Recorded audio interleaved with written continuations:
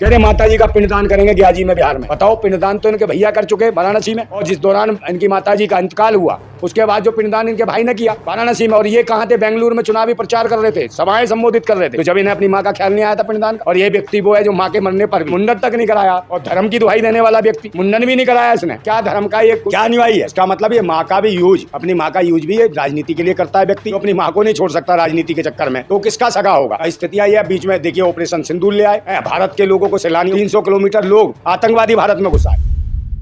नमस्कार, आप देख रहे हैं लोक दर्पण न्यूज। मैं हूं आपके साथ काजल। बिहार चुनाव काफी नजदीक आ चुका है। मोदी जी यात्राएं कर रहे हैं, उन यात्राओं में मोदी जी कई वादे कर रहे हैं। क्या मोदी जी उन वादों को पूरा करेंगे? हमारे साथ बातचीत करने के लिए जुड़े हैं क्रांतिकारी नंदा भाई राजपूत। तो बिहार चुनाव काफी नजदीक आ चुका है, इस पर आप क्या कहेंगे? देखिए, चुनाव तो चलते ही रहते हैं, पूरे देश में चलते रहते हैं, और मोदी जी तो हमेशा चुनाव के मूड में रहते हैं। उन्हें देश से कोई मतलब नहीं है, देश की आर्थिक हालातों से मतलब नहीं है। शिक्षा, स्वास्थ्य, रोजगार या स्वास्थ्य सेवाएं जो निलंबित पड़ी हुई हैं, बिल्कुल ठप पड़ी हैं, दवाइयाँ अस्पतालों में नहीं मिल रही है लोगों को, इन चीज़ों से उन्हें कोई मतलब नहीं है।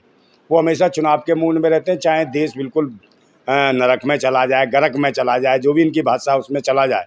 पर इनके जो हैं मित्र लोग हैं, चाहे अंबानी हो, अडानी हो, या जो इनसे जुड़े हुए लोग हैं, उनका फ़ायदा पहुंचाने के लिए कुछ भी कर सकते हैं। पिछली बार भी बिहार चुनाव में इन्होंने बहुत सारे पैकेज बांटे। बिहार की जनता से कहा कि बिहार के बहन और भाइयों, बताइए बिहार को कितना बड़ा पैकेज दूं? 20,000 करोड़, 21,000 करोड़, 25,000 करोड़, बताइए कितना दूं? इस तरीके की भाषा, इसका मतलब कौन है? जैसे मंडी में कोई बोली लगाता है कहीं ठेली पे जैसे कोई बोली लगाता है, इस प्रकार के तकियानुसी छुटभइये तरीके की जो भाषा बोलने वाला प्रधानमंत्री है, राष्ट्रहित में काम नहीं कर सकता। जब भी चुनाव आता है धर्म को एजेंडा बना लेगा। अभी लास्ट टाइम में क्या किया मोदी ने? अपनी माता जी को मुद्दा बना लिया कि हमारी माता को गाली दे दी, मेरी माँ को गाली दे दी।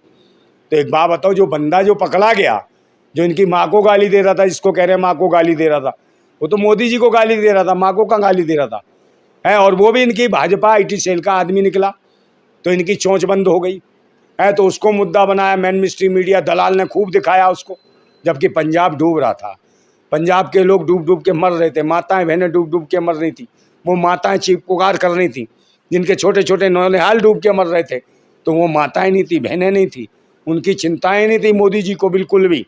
और आज फिर पहुंच गए वहाँ, कह रहे माता जी का पिंडदान करेंगे ग्याजी में बिहार में। बताओ, पिंडदान तो इनके भैया कर चुके वाराणसी में, और जिस दौरान इनकी माता जी का इंतकाल हुआ ख़त्म हुई, उसके बाद जो पिंडदान इनके भाई ने किया वाराणसी में, और ये कहाँ थे? बेंगलुरु में चुनावी प्रचार कर रहे थे, सभाएं संबोधित कर रहे थे। तो जब इन्हें अपनी माँ का ख्याल नहीं आया था पिंडदान का, और ये व्यक्ति वो है जो माँ के मरने पर भी मुंडन तक नहीं कराया, और धर्म की दुहाई देने वाला व्यक्ति, मुंडन भी नहीं कराया इसने, तो क्या धर्म का ये कुछ क्या निभाई है? तो इसका मतलब ये माँ का भी यूज, अपनी माँ का यूज भी ये राजनीति के लिए करता है व्यक्ति, जो अपनी माँ को नहीं छोड़ सकता राजनीति के चक्कर में, तो किसका सगा होगा? स्थितियां ये बीच में देखिए ऑपरेशन सिंदूर ले आए, भारत के लोगों को, सैलानियों को मरवा दिया गया।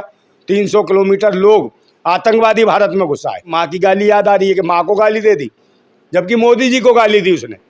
तो मोदी को तो पूरा देश गाली दे रहा है, क्योंकि भाई के सारे कह रहे हैं, अब तो कह रहे हैं कि वोट चोर गद्दी छोड़। ये पहली बार ऐसा हुआ पूरे भारत के इतिहास में कि चुनाव आयोग के खिलाफ पूरे देश के लोग चिल्ला रहे हैं। पिछले 70-80 सालों में जो लोकतंत्र तैयार हुआ, संविधान तैयार हुआ, आज़ादी जो मिली, जब से कभी भी ऐसा आंदोलन नहीं हुआ कि चुनाव आयोग के ऊपर किसी ने उंगलियां उठाई हों और इस प्रकार के आंदोलन हुए हों कि चुनाव आयोग भ्रष्ट है, चुनाव आयोग का अधिकारी चोर है, डाका डाल रहा है, और जो सत्ता में बैठे हुए लुटेरे और चोर ये भी आतंकवादी हैं। इस प्रकार की भाषा देश की जनता बोल रही है कि वोट चोर गद्दी छोड़ तो लड़ रहे हैं लोग। तो इसका मतलब कि कहीं ना कहीं तो दाल में कुछ काला नहीं, पूरी दाल ही काली है, कहीं ना कहीं पूरा देश विरोध में है। बिहार के लोग मोदी जी से खुश हैं? कहाँ से खुश हैं बताओ? बिहार के लोग कितने, आधे ज़्यादा लोग तो बेचारे बाहर दूसरे राज्यों में जाके काम करते हैं, मजदूरी करते हैं, मेहनत करते हैं। अगर बिहार में कुछ दिया होता तो, इतने बड़े बड़े पैकेज दिए तो बिहार में कुछ इंडस्ट्री बनी होती, कुछ बड़े काम मिल रहे होते, लोग क्यों पलायन कर रहे होते बिहार से? और 60-70 लाख वोट कटवा दिए बिहार से। बताओ, चुनाव आयोग ने नीचे स्तर पे बिहार चुनाव आयोग के माध्यम से नीचे स्तर पे 70 लाख वोट जो है इसी मोदी सरकार ने और चुनाव आयोग ने मिलके उनके वोट कटवा दिए और नए वोट बनाए, जिनका वोट ही नहीं है, पता नहीं जो पैदा भी नहीं हुए लोग नए वोट कहाँ से बनाए, इनकी फ़ोटो तक नहीं, बिना फ़ोटो के इन्होंने आई कार्ड बना दिए, वोटर बना दिए। तो इसका मतलब घपला कर रहे हैं, डकैती मार रहे हैं, कहीं ना कहीं मशीनों के माध्यम से और कहीं अपने सिस्टम के हिसाब से है। और प्रशासन, शासन, सेना, फौज सबको कहीं ना कहीं इन्होंने सम्मिलित कर रखा है। और कहीं वही लोग हैं, सब आरएसएस के लोग हैं जो सिस्टम में बैठे हुए हैं। आप किसी को भी ले लीजिए, सब पीछे के दरवाजे से नए नए लोग अधिकारी आ रहे हैं। इनके बताओ, महाराष्ट्र में एक प्रवक्ता थी भाजपा की, उसे जज बना दिया हाई कोर्ट का। तो ये हालत है कि जिसका कोई एग्जाम नहीं, कुछ नहीं किया, उसे जज बना दिया। ऐसे ही ओम बिरला की लड़की को आईएएस बना दिया।